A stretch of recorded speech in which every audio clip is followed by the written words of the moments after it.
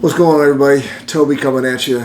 Today is Saturday, August 9th, and this will be released on Sunday morning at some point. Hopefully I can get edited in time, or just at least published in time.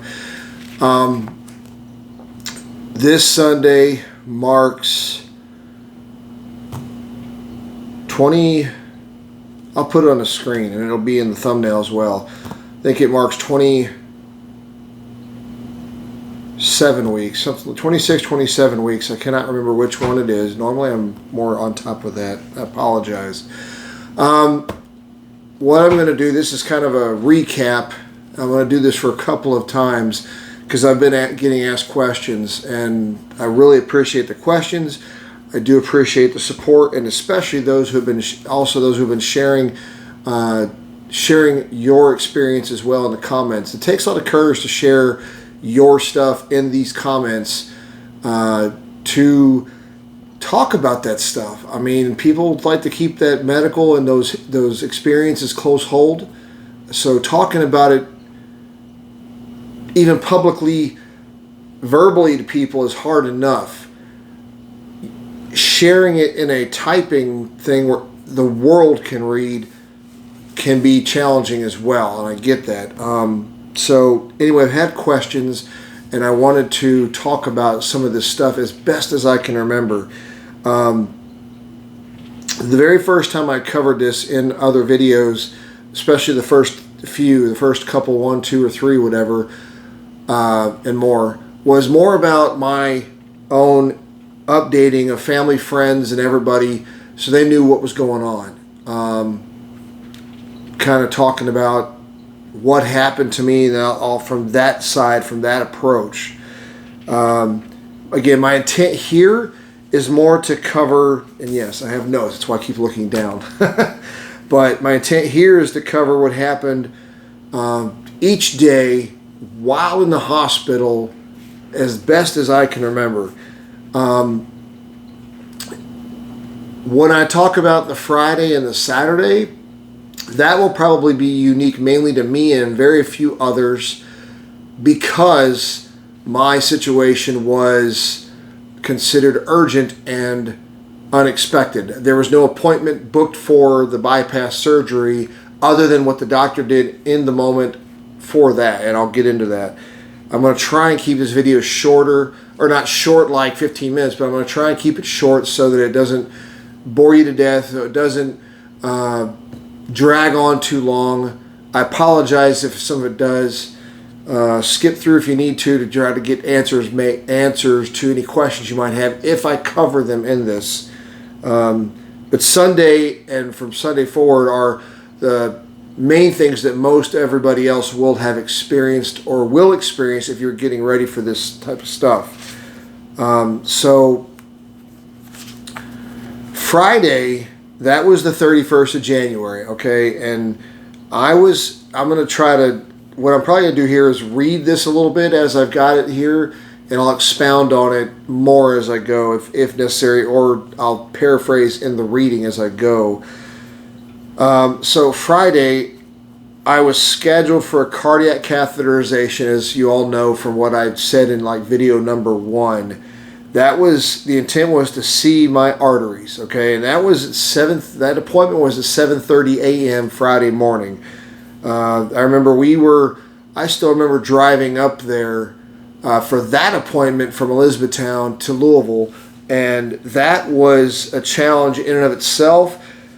And my wife and I have a habit of leaving early for appointments, more earlier than normal. Like, we'll leave an hour to an hour and a half early, depending upon how far the travel time is and distance and all that. Especially, we'll also consider, hey, where the appointment is. If it's in a big city like Louisville, big city compared to Atlanta or Detroit or whatever. But Louisville is one of the bigger cities in the state of Kentucky. Anyway, not to go down that rabbit hole. And oftentimes, 65 is the main route north-south into Louisville, and our appointment time was at 7:30 a.m.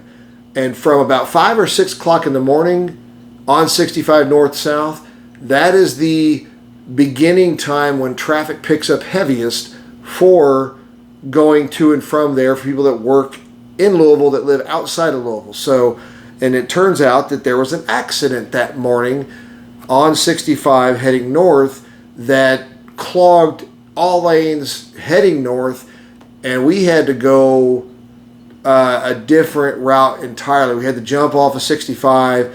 I think it was in Shelbyville or Shepherdsville, and take a back roads, whatever, and then get back on 65 on the other side of that accident or that traffic problem. So back to the story. We got there. They had the CABG. As y'all know, the CABG stands for coronary artery bypass grafting, and I've covered that before. But the point is after they did the the catheterization, once the doctor determined that a CABG bypass was necessary, I was told I was going to be transferred to Jewish, because the VA hospital there in Louisville does not do, they don't do open heart surgery at all. The VA coordinate. So I was basically in the department, I'll say. It was on the 5th floor. This same floor does the echoes. They do the cardiac stress test. They do all of that there. So the catheterization is done in the same room, branch, department, whatever you want to call it, of the hospital. The VA coordinated. After they notified me, after the catheterization, they had my mom in there, my mother-in-law, my wife, we're all in there, and the doctor notified me of the need, the urgency for doing the open heart, the surgery.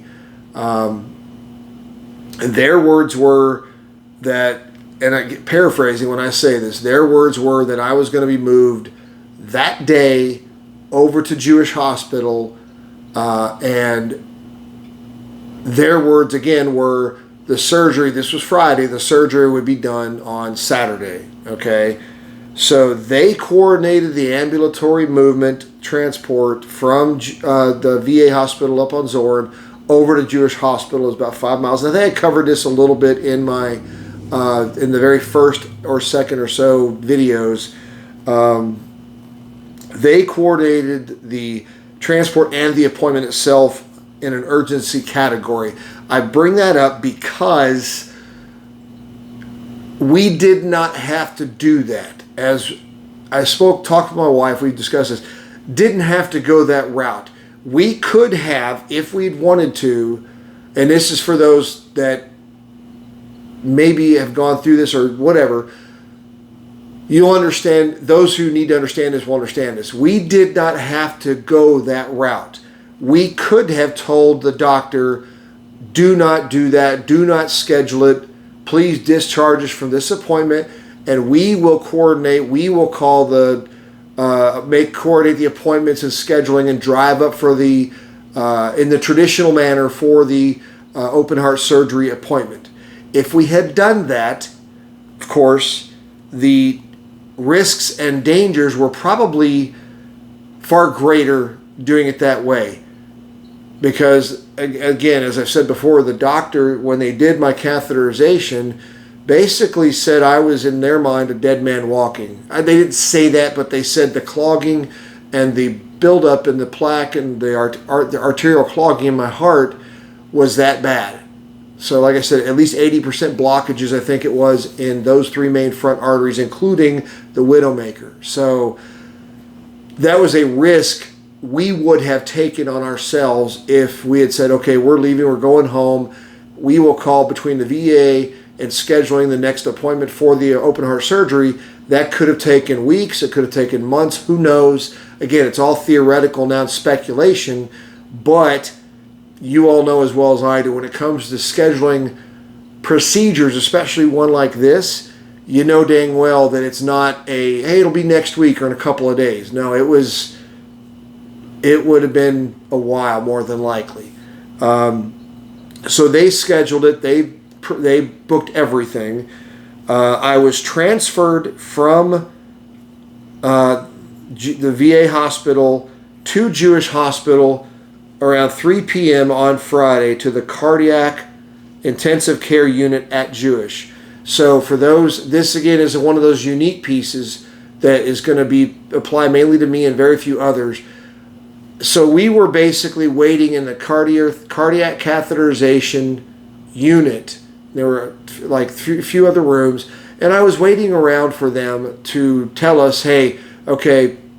And what they were doing was the nurse assistant, the staff member, I don't know if it was a nurse, I don't know if it was a doctor, I don't know, but she would come in periodically throughout the day, the morning. Again, 7:30 was the appointment, and that means it was done by, and I was probably notified when they came, when the doctor came in and told us. This was probably around 8:30ish, maybe 9ish, and that's total speculation. But I would say after the procedure was done, told us. So we're talking, and I was transferred at 3. So we're talking 6 hours, right? So that staff member, nurse, doctor, whoever, periodically came in and explained to us they were coordinating with the Jewish hospital liaison to confirm an appointment, date and time, and a bed, and all the things that need to be put into place beforehand. And she came in throughout the time frame before the 3 o'clock to let us know where she was with it, when the last time they spoke with Jewish was. So it was pretty, as best they could do, considering they were not in control of Jewish hospital, right? They don't control them. All they can do is call ahead and tell them or book things. So when the EMTs and the paramedics, two gentlemen, great people, showed up, this is how we found out it was time to go, y'all. And if you've seen any kind of thing like this or been a part of this, you know that when it comes to medical stuff, it's kind of like, hey, we're here, it's time to go. So they rolled in with the gurney right in front of our room, and it was my room, or my, kind of like an ER room. You don't have a room, you have a room with a curtain, right? And there was a room next to me, a room next to them. I think there were probably 5 rooms total on one side. There might have been more on the other side, but not, they rolled right up in front of my room, and they were like asking the staff, we're here to pick up, they said my name, and they pointed right to me. And so the next thing is they took my bed, wheeled my bed out into the main area there, and trying to remember if they wheeled me out or if I got up. I really don't remember, but I will put it in the comments. I'll put in the screen here above if I got up and stepped onto or got off of the bed and climbed onto their bed. But I want to say I was moved bed to bed, like they picked up the bed, they moved bed side by side and moved me over because they didn't want me moving, I think. I'm not 100% sure. So that was that. So Kylie, I think, had to sign medical waivers and releases, whatever. Then we were, of course, she was there, and I was saying, hey, I'm going to give you this bag or that bag, whatever. I remained in my hospital gown. They covered me up, strapped me down for safety, and then we rolled through the back. This was on the 5th floor, so we rolled through the hallways and back service areas down to where their ambulance was parked. They got me loaded in there and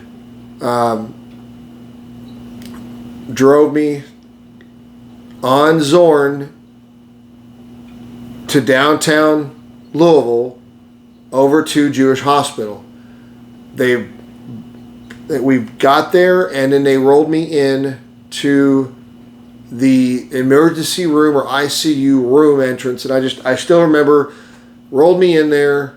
They rolled the gurney aside, and it looked like there were several intake people there at their desks, their workstations, and they were basically they were waiting their turn, and they stood there while one person started taking in my information, etc.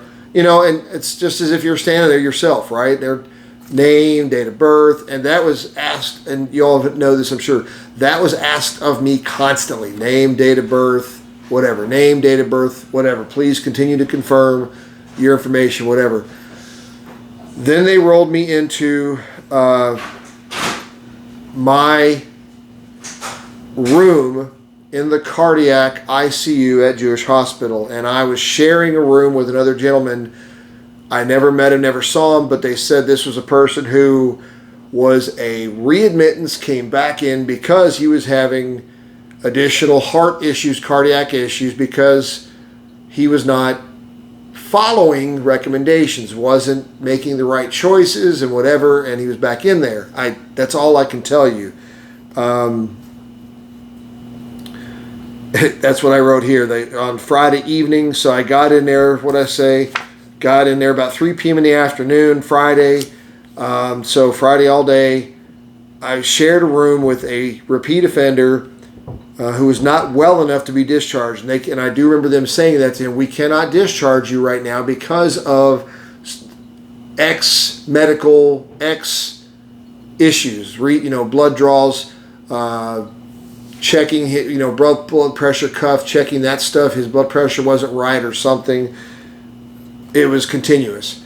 The other challenge was I also had the monitors hooked up to me.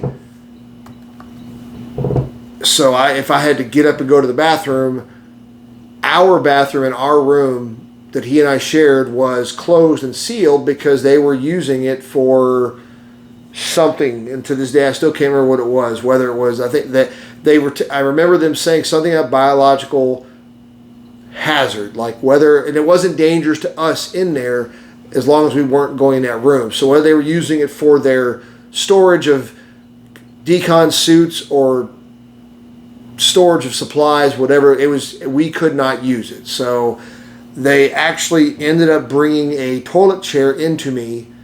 So whenever I had to go to the bathroom, I would have to get up and sit in that chair in my area and use that versus the room there or going anywhere else. So that was kind of a bummer for me. I will also say a couple of points here. One, before I go on to this, was it's an interesting piece. I noticed they said that the connections, like the machines that were your maybe that controlled the IV drip, or that kept your heart rate monitor checking, or my oxygenation in my blood check, right? All those machines, when you're a patient in an ER or a patient in a room, they have all these monitors around you, and they're all hooked up to you, right? Well, they're all hooked up to you based upon the IVs that they have run, or the EKG, or the sensors they have on your body, right? Well, the interesting thing is, from what I heard and what they told me, the connectors that go on your body or that are plugged into you, that they can disconnect those. It's kind of like, I hate to call this, but like a Deutsch plug, right? On a bike or a car, how they plug in diagnostic readings and stuff. Well, those are different, those connections, or those parts that connect to your body, the wires and tubes, the electrical connections were different than what Jewish versus the VA had. So it wasn't that they couldn't use and cross connect. They were just concerned that they had to make sure that when they connected them, they gave the same readings, data, the same stuff was connected, the same information was relayed to their monitors, and if not, they had to undo the electrical points or whatever, and put theirs in that would read data properly for their machines. It was just something as a patient, as a person, you don't think about. Hospital to hospital to hospital, county to county, state to state. Apparently, some hospitals might buy from a different supplier, and that might be a different connections. I'd say that's just something you don't think about. But one thing I will tell you, from 3 p.m. Friday afternoon, I was there in the ICU all the rest of the day Friday, and all day Saturday, and all night Saturday, and they came and got me Sunday morning. It was probably around 5 or 6 o'clock in the morning, so at least, if not earlier. So the one big thing, the point outs that I've got notes for here is they took a ton of x-rays in the ICU and a ton of the ultrasounds, or if you call them ultrasounds or whatever, where they took numerous, where they'd sit me up in the bed, they'd not recline, but they'd lift the bed up from the waist up, the torso up, and then they would slide the x-ray film machine piece behind me, and then they would take the x-rays. And these were like mobile x-ray machines where they would just roll it over next to the bed. It would be over top of me, facing me, and then they'd come over this side, slide the film in behind the bed mattress or whatever, or behind me directly, and then take the picture. And they took, it wasn't like every hour on the hour, but they took a bunch of those. And they also did a bunch of the ultrasound things where if you've ever seen an ultrasound where they do the jelly and they do the video or the camera on the tummy to capture the growing baby inside, right? So they did those ultrasounds or sonograms, whichever one you want to call them, of my ankle area around my calf. They'd move it up and down my calf like that. They'd move it around it. They did it on my thighs. They were trying to find the best arteries for the grafting. So they determined what point or where in my body to enter to pull out or to extract the right artery to graft over top of my arteries of my heart. They did a bunch of blood draws, x-rays, ultrasounds, as I said, legs, feet, and neck, because they could have done grafting here for the neck as well.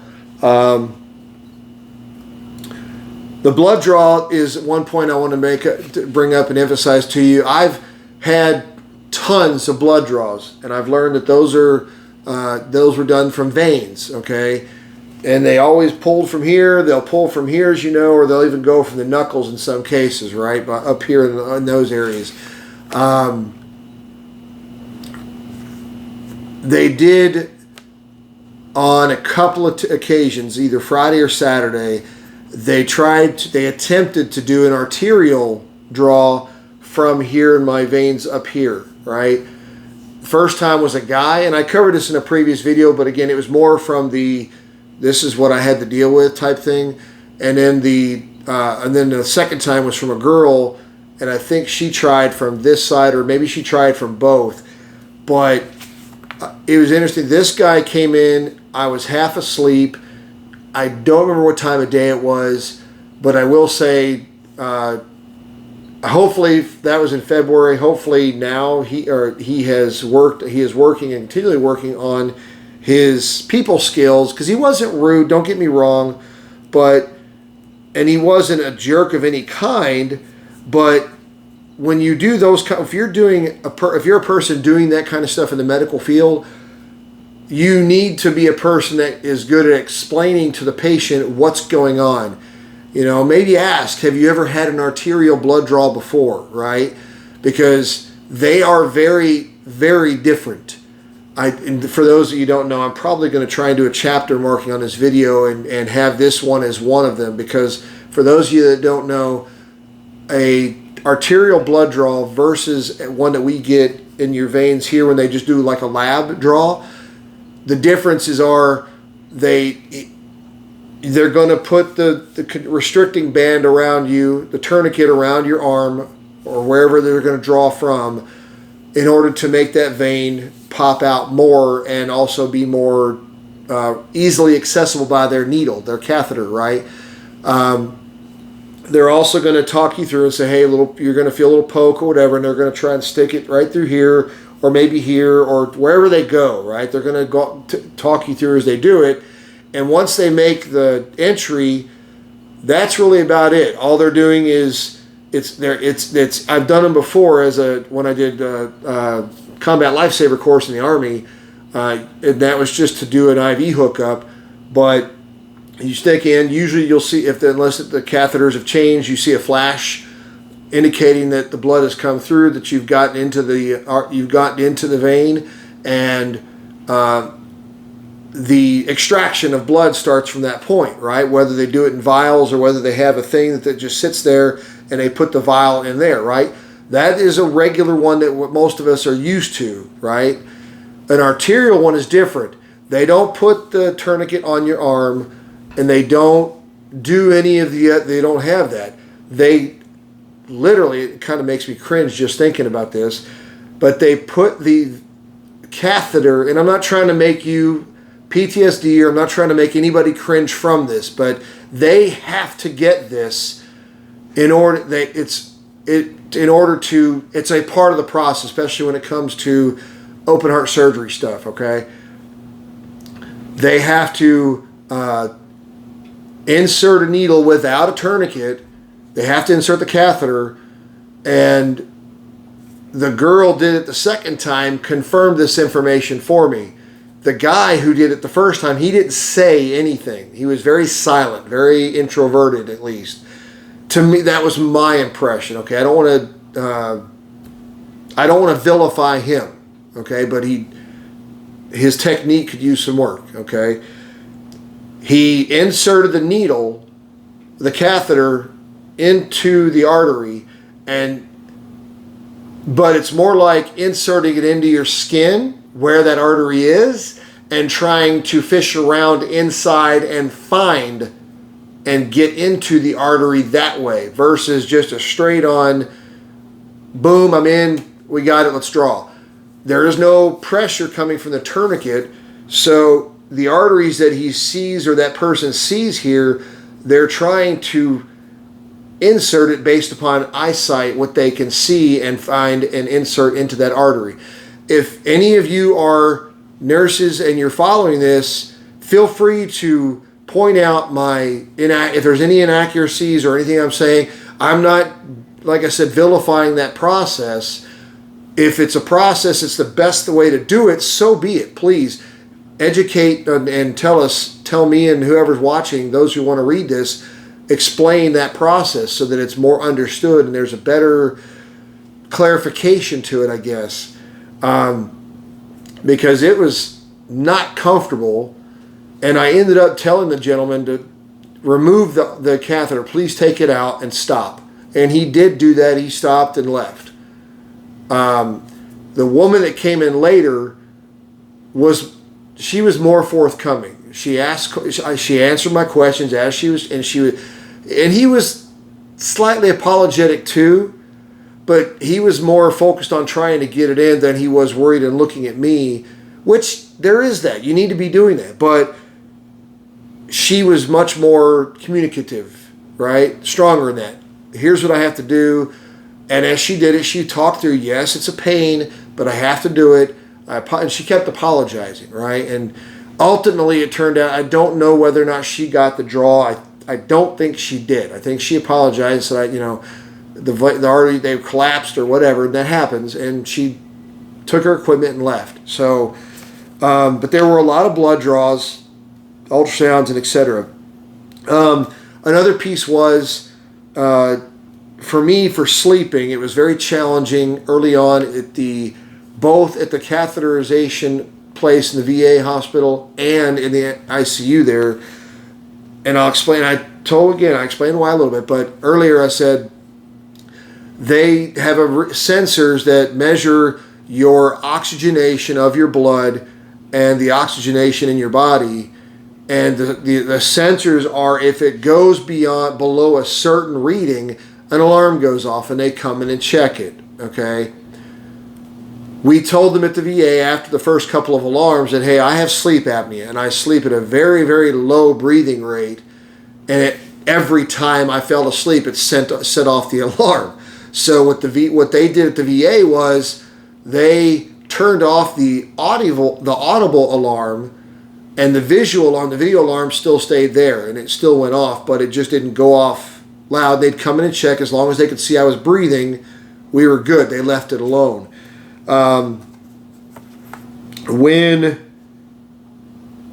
I got to the ICU at Jewish, they wouldn't shut off the alarm. They VA versus Baptist or whatever, it was different. Different people running, different policies, different safety protocols, slightly or whatever, and they wouldn't shut them off. So every few minutes, that's how basically it was. I'd get to sleep, and within 10 minutes or 15 minutes, the sensor would drop, and then the alarm would go off and wake me up. And I got to a point of where I would just hear the alarm and just start breathing in a way that I knew would shut it off.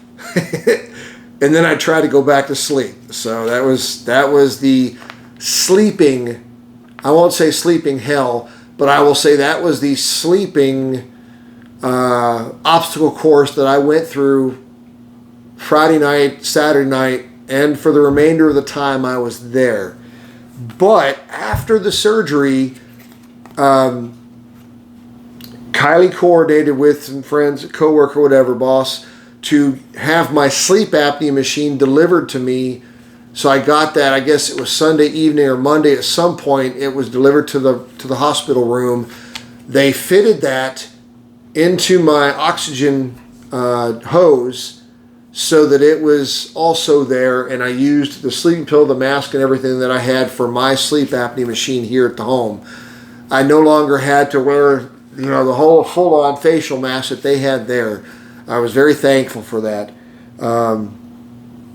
I will point out, I made a couple notes here, again, more, that was probably a challenging piece for me, that for Friday and Saturday was the hard part, because as I told you before, when the EMTs and paramedics showed up with the ambulance at the VA to take me to Jewish, the other part that was also anxiety and waiting and not knowing when the surgery was, it was even harder at the Louisville, at the ICU at Jewish, because they didn't know when my surgery was going to be.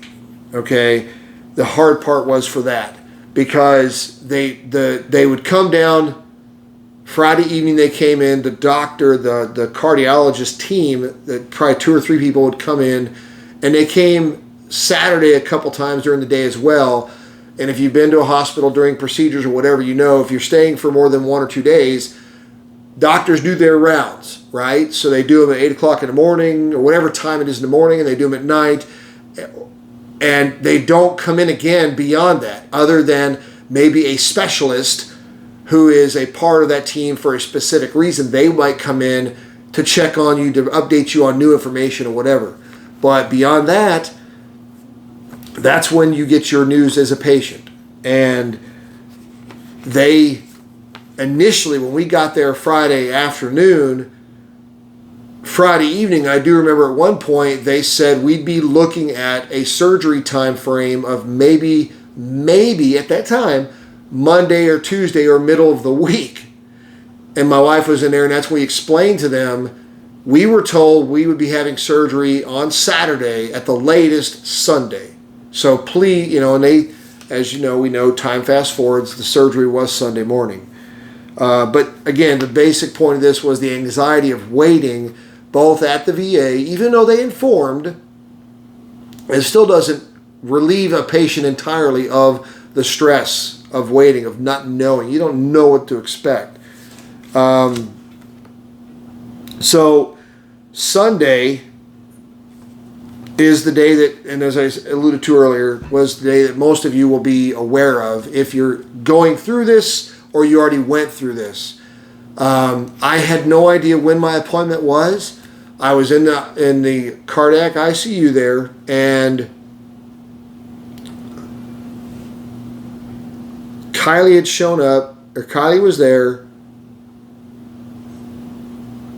I think I already said in a previous video, my son stopped by on Saturday time frame, Friday evening, Saturday at some point. I think it was so they showed up in the ICU. I'm sitting there, and I can't remember again what time it was that morning, but one girl, one staff member lady showed up, and I think she was a doctor. She showed up at the ICU in the cardiac area and said, okay, it's time. And my thought was, holy crap, okay. I want to point this out because people have been saying this, messaging me saying they're nervous and scared and all this. I was nervous. Yes, the anxiety was there, knowing the surgery was coming. But it was more of, I'm ready to go. Can we please get this done? And I'm sure most of you can relate to that. She wheeled me up in the gurney I was on.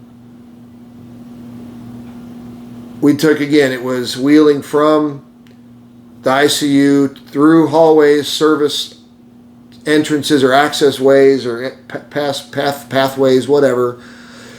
I don't remember what floor it was on. Kylie might. If she does, and I remember to ask her, I'll put it here as well. Put it on the screen. They wheeled me up, and so into the cardiac or the surgery department. Okay,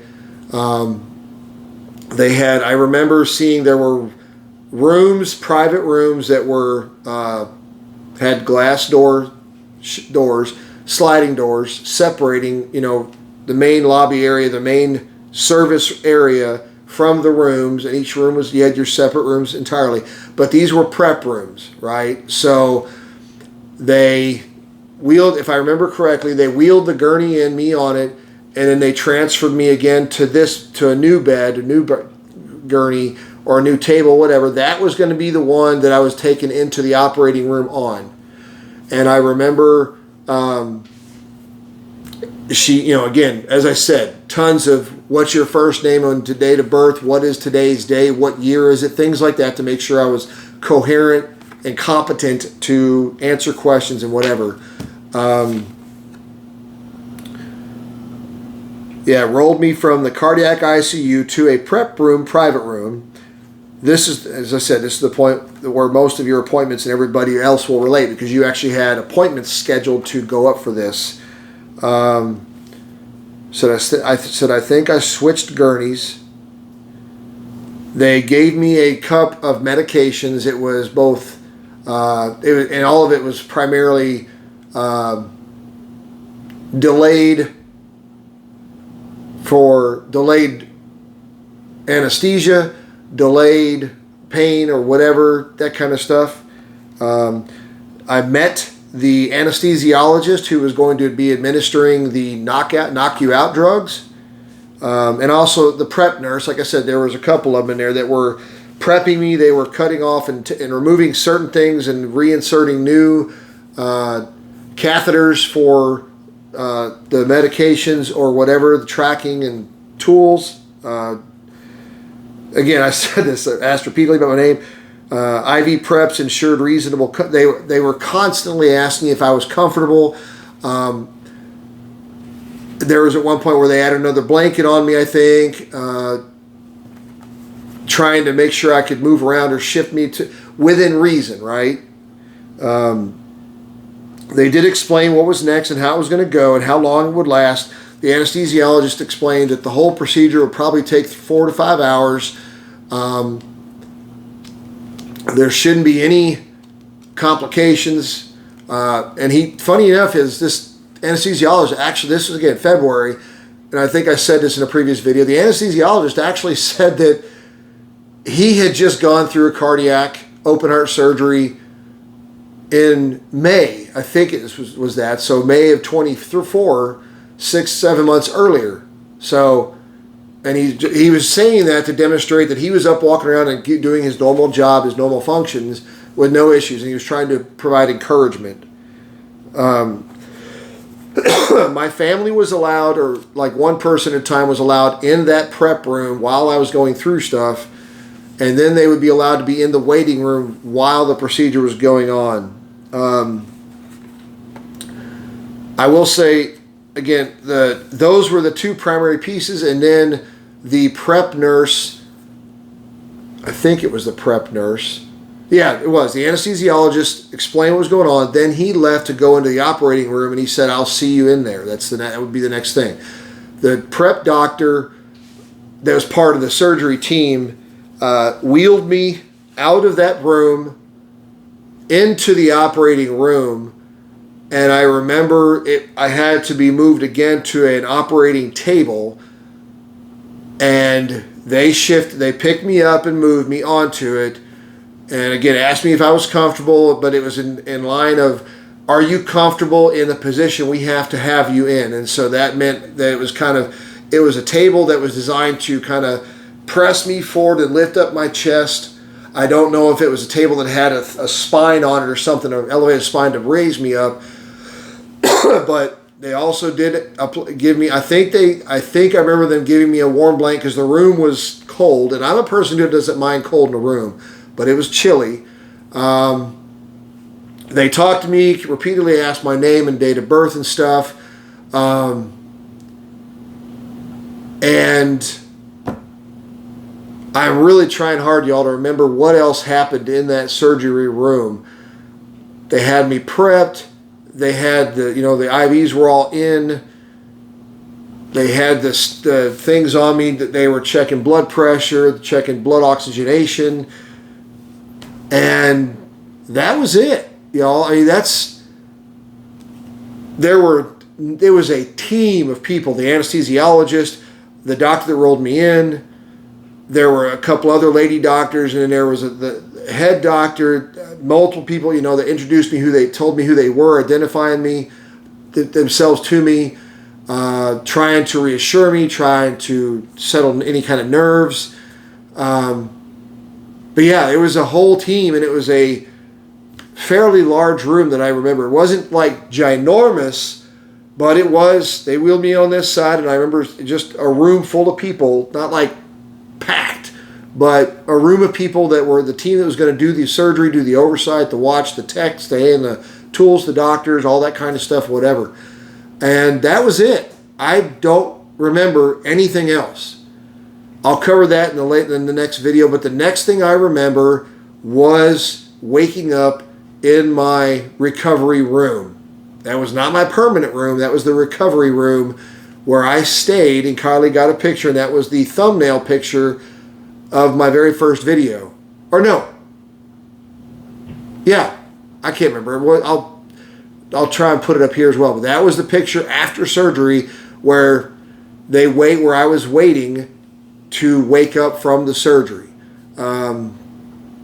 So that's it, y'all. I'm not going to go any more beyond that. The next video will cover how I was through that. Again, it'll be from what you can expect, or what you should be able, generically to be able to expect afterwards. So hopefully I didn't leave anything out. If I did, if you have any questions about from the time I went in for the catheterization to the point I was put under to go to sleep for the surgery, please ask the questions. I've got a couple of gentlemen who have already gone through their surgeries, and they've shared in the comments as well as many others have. I hope this has helped. Like I said, I wasn't trying to drag it on. I didn't want it to be too long, but I also wanted to be able to provide you information with how the thing went, how it progressed, what to possibly expect for those that don't know how it goes. It was from the moment, like I said, they wheeled me up from the ICU to the point where they wheeled me into the prep room. I would imagine at that point of the prep room is where other people's appointments would probably start. You'd probably go there to the cardiac department, check in, and then they take you in, and you got to change out of your clothes into a gown, and then they put you, and then they're going to get you onto that gurney somehow for that prep room where they got to start putting IVs in you and explaining what I told you they explained to me. Always checking name and date of birth and what year is it and all that, and then anesthesiologists introducing themselves to you, all that kind of stuff. So if you have any questions, please ask. Again, I've said, hit me up on Facebook, Instagram, in the chat of this video. I have no issues with that. Please do. Feel free to. I hope this is helping. Aside from that, that's really it, y'all. Thank you again for watching. Keep the comments and questions coming. Thank you for the encouragement. Until the next video, love y'all. Thank you so much. God bless you. Take care.